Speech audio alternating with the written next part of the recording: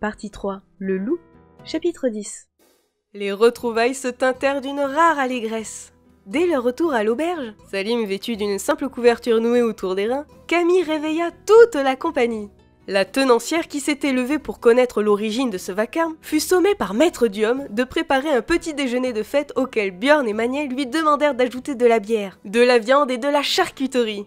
Éberluée, elle obtempéra sans protester, et ils se retrouvèrent bientôt attablés dans la grande salle commune, devant un plantureux repas.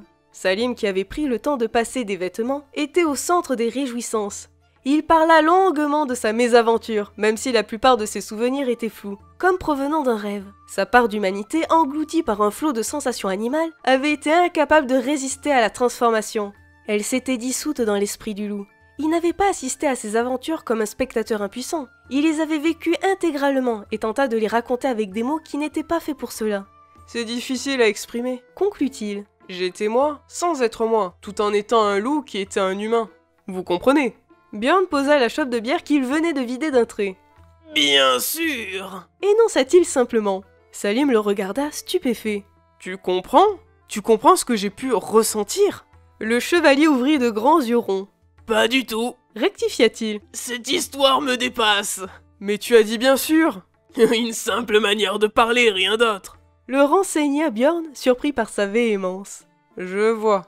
D'un côté, ça me rassure. J'ai eu peur qu'on t'ait métamorphosé durant mon absence. » Salim éclata de rire, mais Yana, qui l'observait depuis son retour, comprit que l'expérience l'avait profondément marqué. Il avait changé, son esprit désormais indissociablement lié à celui du loup.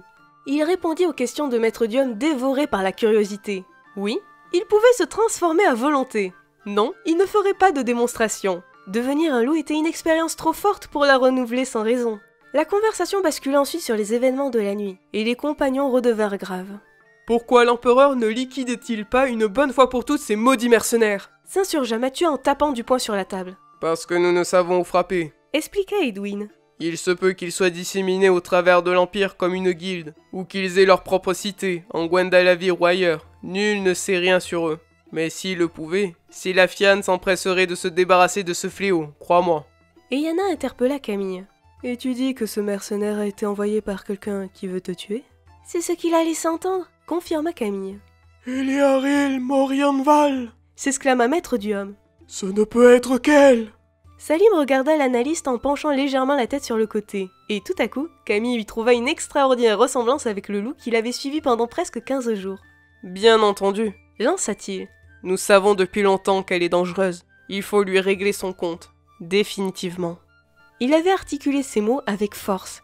Et Camille sursauta. Pendant une fraction de seconde, elle avait vu briller des crocs dans la bouche de son ami.